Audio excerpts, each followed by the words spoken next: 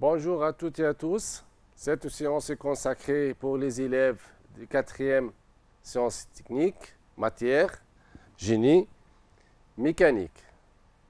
Dans notre leçon d'aujourd'hui est d'étudier la fonction transmission de mouvement sans transformation de mouvement, mais cette fois-ci avec modification de vitesse angulaire. Et plus précisément, on va s'intéresser à l'étude des engrenages. En effet, à partir d'une carte mentale, on va étudier les solutions techniques et les composantes qui assurent la fonction technique transmettre un mouvement de rotation avec modification de la vitesse angulaire. Pour cela, on a deux types de transmission. Soit transmettre le mouvement de rotation par adhérence, soit transmettre un mouvement de rotation par obstacle. Pour la transmission de mouvement par adhérence, c'est une transmission silencieuse, propre, mais il y a du glissement. Par contre, pour la transmission de mouvement par obstacle, c'est une transmission sans glissement qui nécessite de la lubrification et bruyante. Les deux types de transmission sont utilisés dans le cas de deux arbres éloignés ou bien de deux arbres rapprochés. Pour transmettre un mouvement de rotation par adhérence entre deux arbres éloignés, on utilise un système polycroix. Pour les deux arbres rapprochés, on utilise un système roue de friction. Pour le cas de transmission de mouvement par obstacle entre deux arbres éloignés, on utilise soit un système pignon et chaîne, soit un système poulie et croix crantée. Pour le cas entre deux arbres rapprochés, on utilise les engrenages. L'engrenage est un ensemble de deux roues dentées. Pour cela, on a trois familles d'engrenages. La première famille, c'est les engrenages à axe parallèle, dans laquelle on utilise les roues cylindriques à denture droite. Pour cela, on a soit un engrenage extérieur, soit un engrenage intérieur. Pour l'engrenage extérieur, elle est formée par la roue la plus petite, s'appelle le pignon. La roue la plus grande s'appelle roue dentée. Le contact est un contact extérieur. Le pignon et la roue tournent dans le sens contraire. Pour l'engrenage intérieur, la roue qui possède les dentures extérieures s'appelle pignon. Par contre, la plus grande qui possède des dents intérieures s'appelle la couronne. Le contact entre le pignon et la couronne, c'est un contact intérieur. Le pignon et la couronne tournent dans le même sens. Mais aussi, on peut trouver dans cette famille les roues cylindriques à denture hélicoïdale, dans laquelle les dents sont inclinées. C'est un ensemble de roues qui fonctionnent plus silencieuses que celles du roue cylindrique à denture droite. Maintenant, on passe à la deuxième famille, dans laquelle, on va voir les engrenages à axe concurrent. Dans cette famille, on utilise les roues coniques, soit l'ensemble du roues coniques à denture droite, soit les roues coniques adenture et les cuidales. Pour ce type de transmission, elle nécessite un certain réglage. La troisième famille, c'est les engrenages gauche. Pour les engrenages gauche, on utilise un système roue et vis sans fin. C'est un système qui se caractérise par un rapport de vitesse très faible dans le mouvement d'entrée et de la vis. C'est un système irréversible, mais il y a aussi beaucoup de frottements. Pour améliorer la transmission de mouvement de ce système, généralement, on remplace la roue à denture droite par une roue creuse afin d'augmenter la surface de contact pour transmettre les couples importants. Généralement, la vis est fabriquée en acier, la roue est en bronze. Et on peut trouver aussi ce qu'on appelle les engrenages gauche et le coïdal dans cette famille. Dans ce qui suit, on va s'intéresser à l'étude seulement des caractéristiques du roue cylindrique à denture droite. Passons maintenant, on va voir dans quelles conditions elles s'engrainent deux roues dentées. Deux roues dentées dans le cas de roues cylindriques à denture droite, soit dans le cas d'un engrenage extérieur, soit dans le cas d'un engrenage intérieur. Deux roues dentées cylindriques à denture droite ne s'engrainent que lorsqu'ils possèdent le même module. Remarque, pour les engrenages cylindriques à denture hélicoïdale, deux roues ne s'engrainent que s'ils possèdent le même module, mais aussi la même angle d'inclinaison des hélices. Ces hélices sont de sens inversé. Maintenant, pour le roue conique à denture droite, de même, deux roues ne s'engrainent si qu'ils possèdent le même module.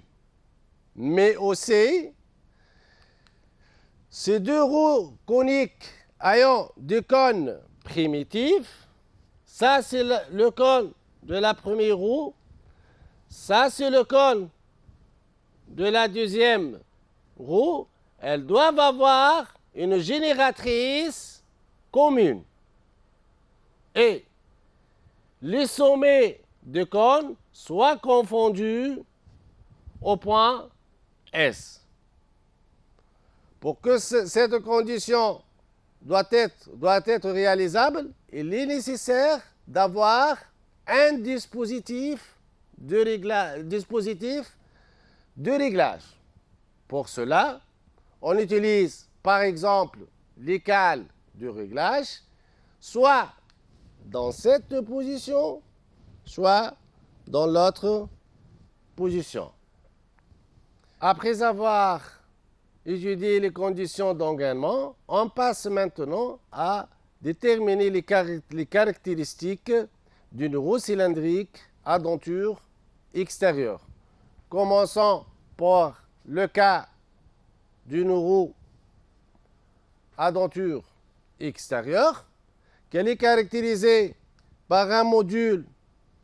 C'est un facteur déterminé par un calcul de résistance du matériau avec le module M supérieur ou égal à 2,34 la racine carrée de la force tangentielle, c'est l'action de la roue 1 sur la roue 2, sur le coefficient K, c'est un coefficient de largeur de dents, généralement choisi entre 6 et 10, fois la résistance pratique à l'extension RPE.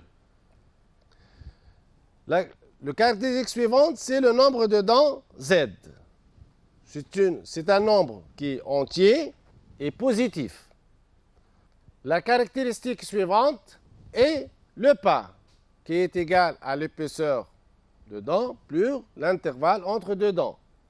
Le pas est égal pi fois le module. Passons maintenant à la hauteur.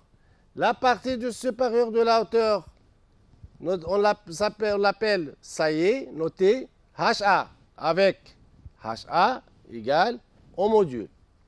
La partie inférieure de hauteur de dents s'appelle creux, notée HF égale à 1,25 fois le module. Donc, la hauteur de dents, c'est le saillie plus le creux, qui est égal HA plus HF égale à 2,25 fois le module. Passons maintenant au diamètre. Pour le diamètre primitif, sur le diamètre de contact entre deux roues, c'est égal le module fois le nombre de dents. Maintenant, pour le diamètre de tête, c'est un diamètre relatif au sommet de dents, notez DA égale au diamètre primitif D plus 2M. Pour le diamètre de pied relatif au diamètre au fond, le fond de la roue, notez DF, c'est égal à D moins 2,5 fois le module. Maintenant, pour la largeur de dents, B, c'est égal le coefficient K fois le module. Maintenant, on va voir les caractéristiques d'une roue à denture extérieure. On va voir c'est quoi l'anthrax. Un anthrax entre deux roues cylindriques à denture extérieure, c'est la distance entre l'axe de pignon et l'axe de la roue. Notez petit a. Cet anthrax, c'est égal au rayon de pignon, R1, rayon primitif de pignon R1, plus le rayon primitif de la roue dentée. C'est-à-dire, l'anthrax, c'est égal au diamètre primitif du pignon plus le diamètre primitif de la roue sur 2. C'est égal au module sur 2, facteur le nombre de dents de pignon plus le nombre de dents de la roue dentée.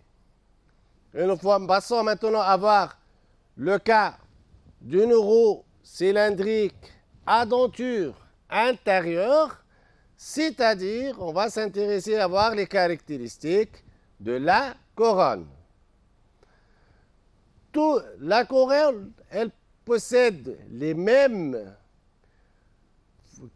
caractéristiques qu'une roue cylindrique à denture extérieure, sauf que au niveau de diamètre de tête et de diamètre de pied. Tel que cette couronne, elle possède un diamètre primitif D égale le module fois le nombre de dents. Pour le diamètre de tête, notre DA égale au diamètre primitif moins 2M. Par contre, pour une roue cylindrique à denture extérieure, le diamètre de tête, c'est égal D plus 2M. Maintenant, pour le diamètre de pied, notez DF égale D plus 2,5 fois le module. Par contre, pour un engrenage cylindrique à denture extérieure, le diamètre de pied df, c'est égal à d moins 2,5 fois le module. Pour l'autre axe entre la couronne et le pignon, c'est de même, c'est la distance entre l'axe de pignon et l'axe de la couronne, noté petit a. C'est-à-dire, cet entraxe, ça sera égal au rayon primitif de la couronne moins le rayon primitif de pignon. Ce qui nous donne que l'entraxe égale au diamètre primitif de la couronne moins le diamètre primitif de pignon sur 2. C'est égal au module sur 2, facteur le nombre de dents de la couronne moins le nombre de dents de la pignon. Faites attention, la valeur de l'entraxe, c'est toujours est positif.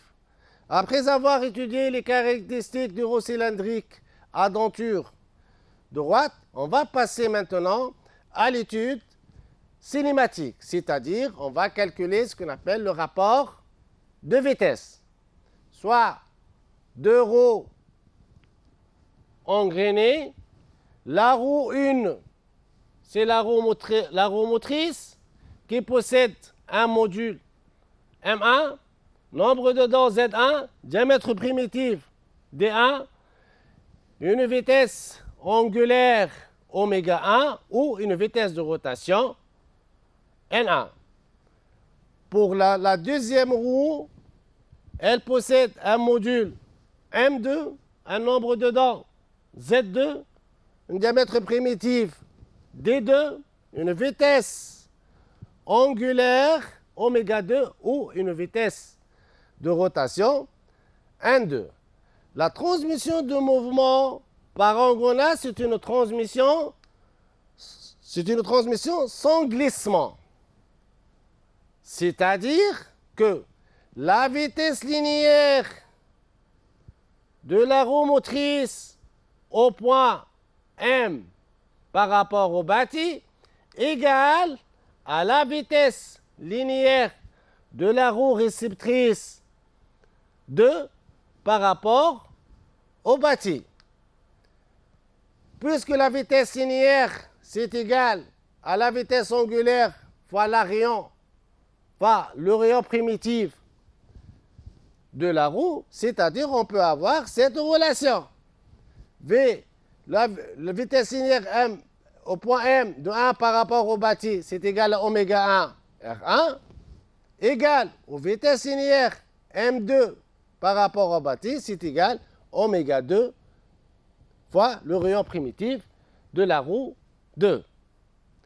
On appelle un rapport de vitesse, c'est la vitesse angulaire de sortie sur la vitesse angulaire d'entrée. Cette relation nous donne le rapport en fonction de vitesse oméga 2 sur oméga 1.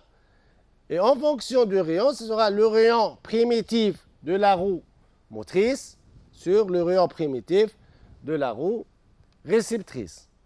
Or, on a l'oméga vitesse angulaire en fonction de la vitesse de rotation telle que oméga égale 2pi fois 2pn sur 60.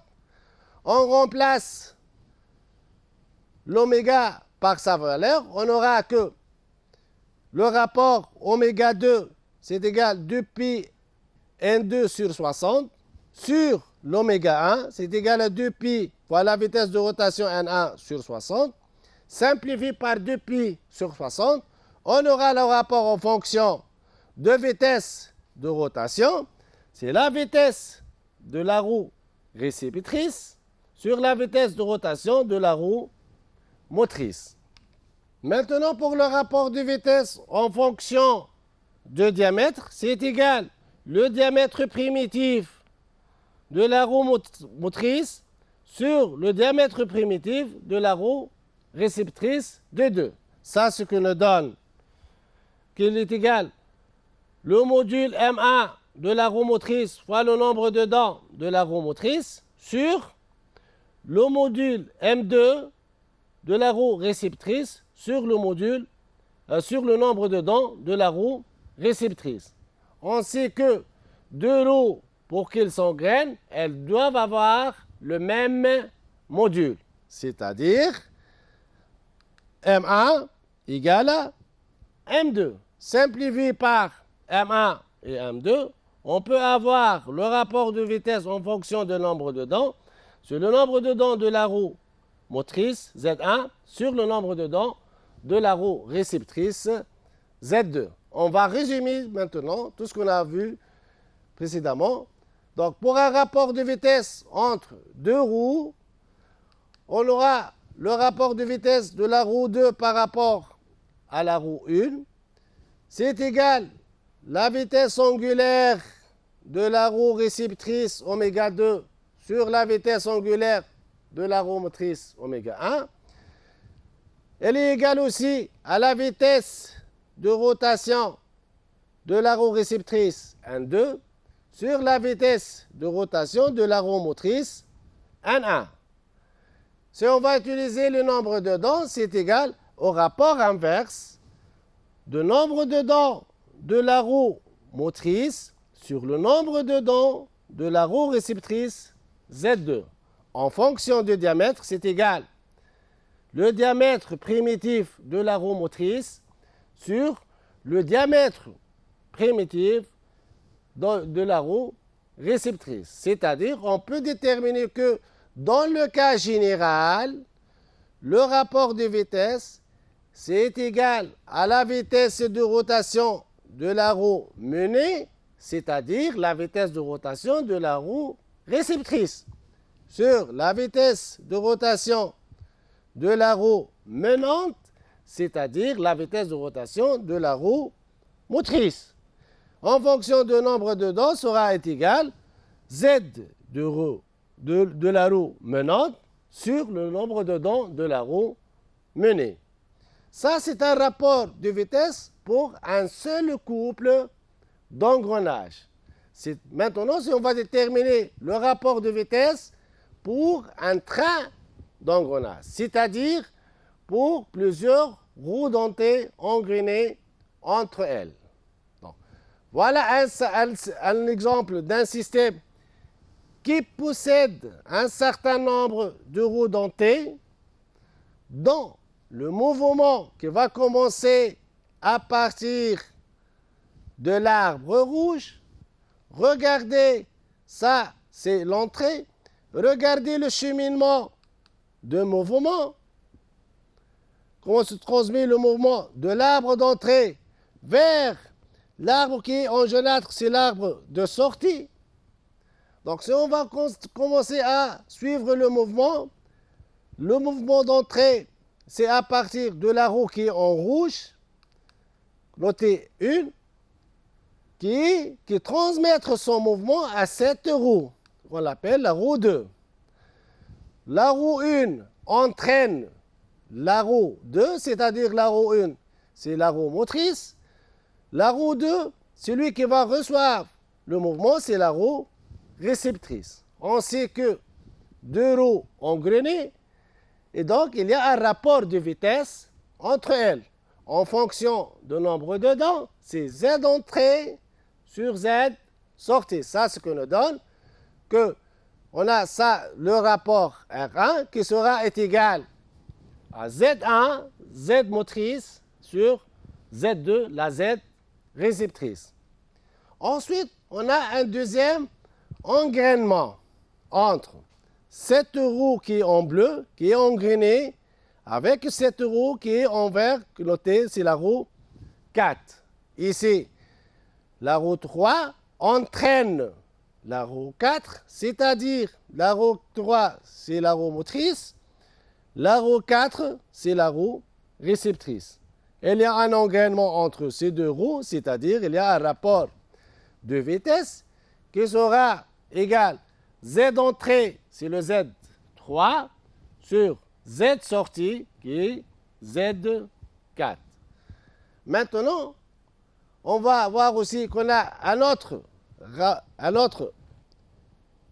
engrainement entre cette roue notée la roue 5 et l'autre roue qui est notée la roue 6. Un engrainement entre 5 et 6, c'est-à-dire on a 5, c'est la roue motrice, et 6, c'est lui qui va recevoir le mouvement, c'est la roue réceptrice. Donc on a un rapport de vitesse noté R3 avec R3, c'est égal Z d'entrée, c'est Z5, sur Z sortie, c'est Z6.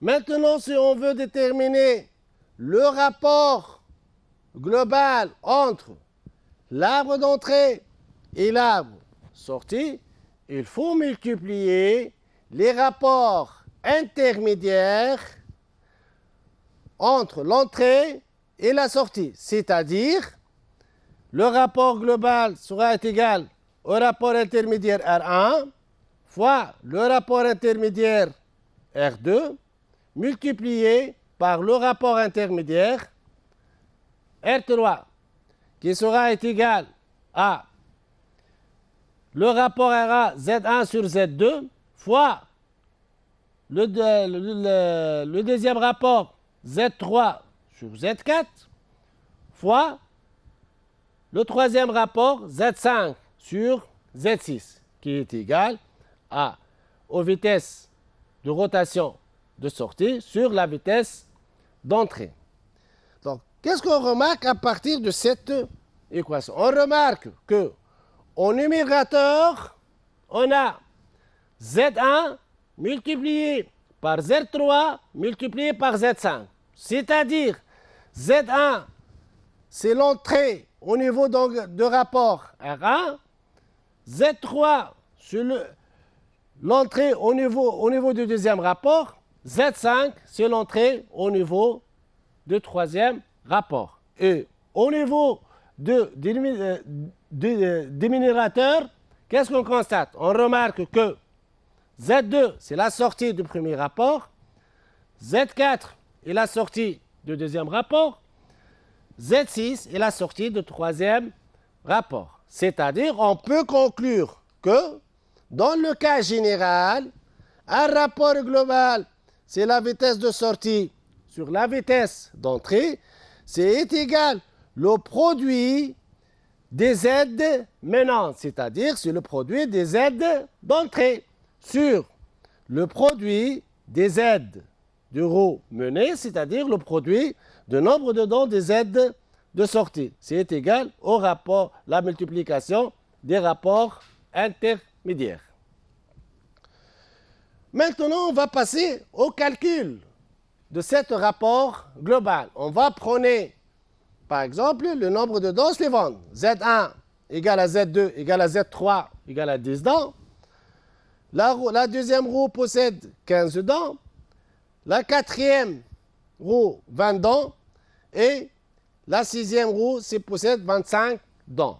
Si on va calculer le premier rapport, qui est Z1 égale à Z1 sur Z2, c'est égal 10 sur 15 est égal à 2 tiers. Pour le deuxième rapport, c'est égal à Z3 sur Z4, c'est égal à 10 sur 20, c'est égal à 1 demi. Pour le troisième rapport, Z5 sur Z6, c'est égal à 10 sur 25, c'est égal à 2 cinquièmes. Si on va appliquer les règles qu'on a vues pour déterminer le rapport global, est égal le produit de Z menante sur le produit de Z mené, où on va multiplier les rapports intermédiaires entre elles. Donc on aura, donc ça c'est la relation, donc on aura cette valeur. Donc on va avoir un rapport global, c'est égal à 2 quinzièmes. On va calculer ce rapport de vitesse globale, on va essayer d'avoir le type de ce système. C'est-à-dire, est-ce qu'il s'agit, c'est un réducteur ou bien un multiplicateur de vitesse? Qu'est-ce que ça veut dire? Un réducteur, un système ID réducteur, c'est-à-dire la vitesse à la sortie est inférieur à la vitesse d'entrée. Un système est démultiplicateur, c'est-à-dire la vitesse de sortie est supérieure à la vitesse d'entrée. Donc pour cela, on va voir le rapport global. Le rapport global, c'est égal à 2 quinzièmes qui est inférieur à 1. Qu'est-ce que ça veut dire ça?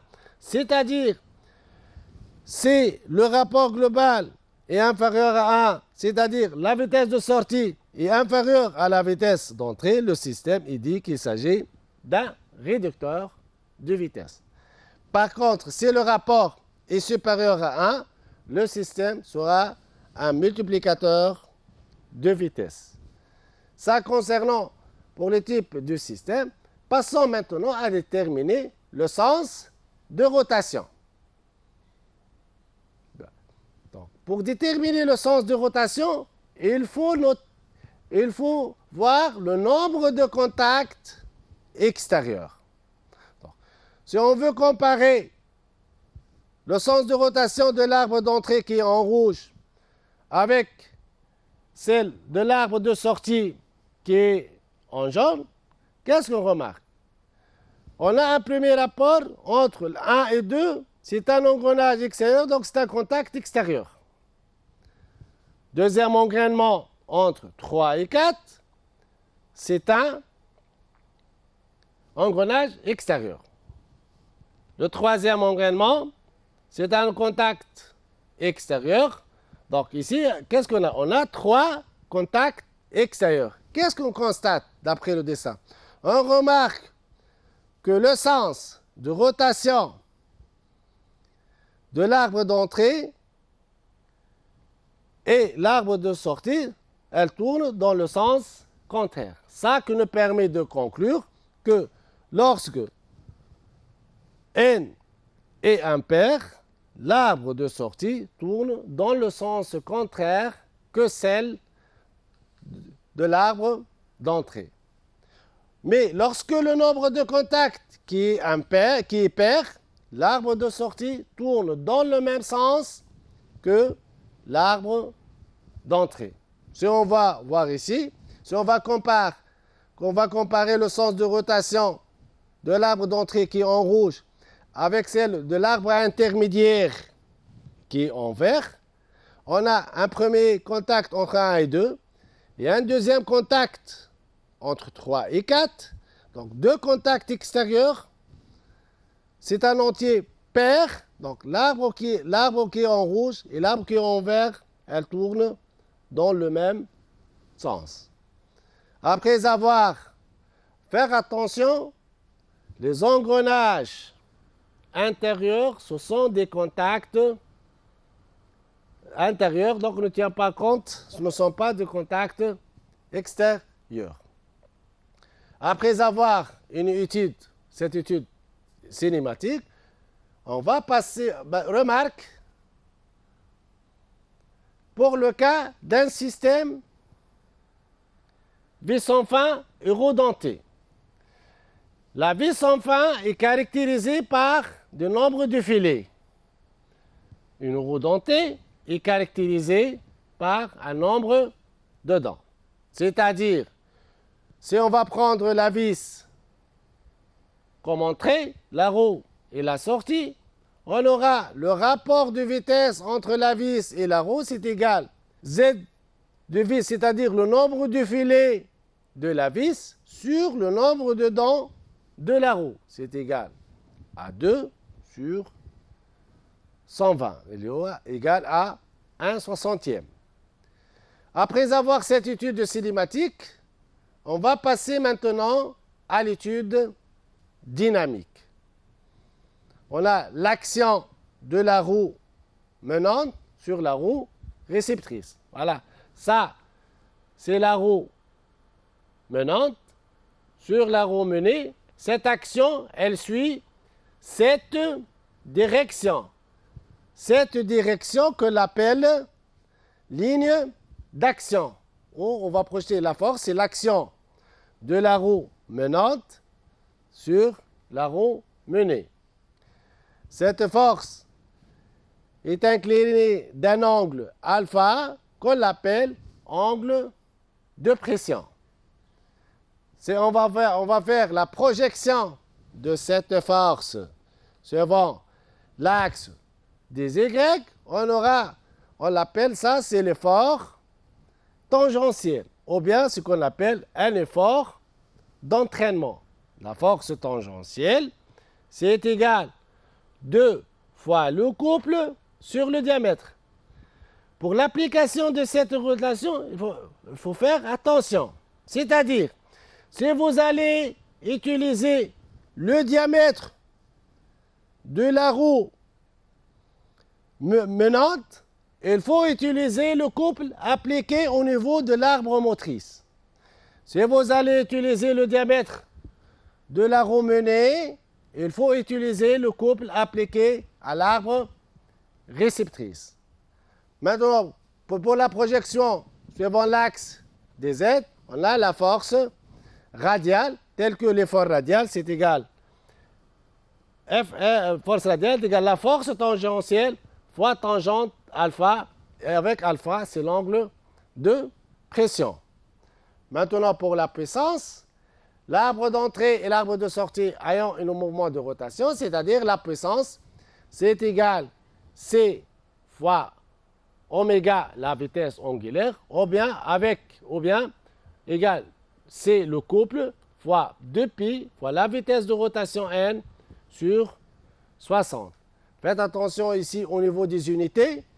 Pour avoir une puissance en watts, il faut utiliser un couple en newton par newton mètre. Et si vous allez utiliser l'oméga, sera en unité en radian par seconde. Et si vous allez utiliser une vitesse de rotation, c'est le tour par minute. Maintenant, pour le rendement nu, c'est égal la puissance de sortie sur la puissance d'entrée. Le rendement est sans unité. Merci pour votre attention.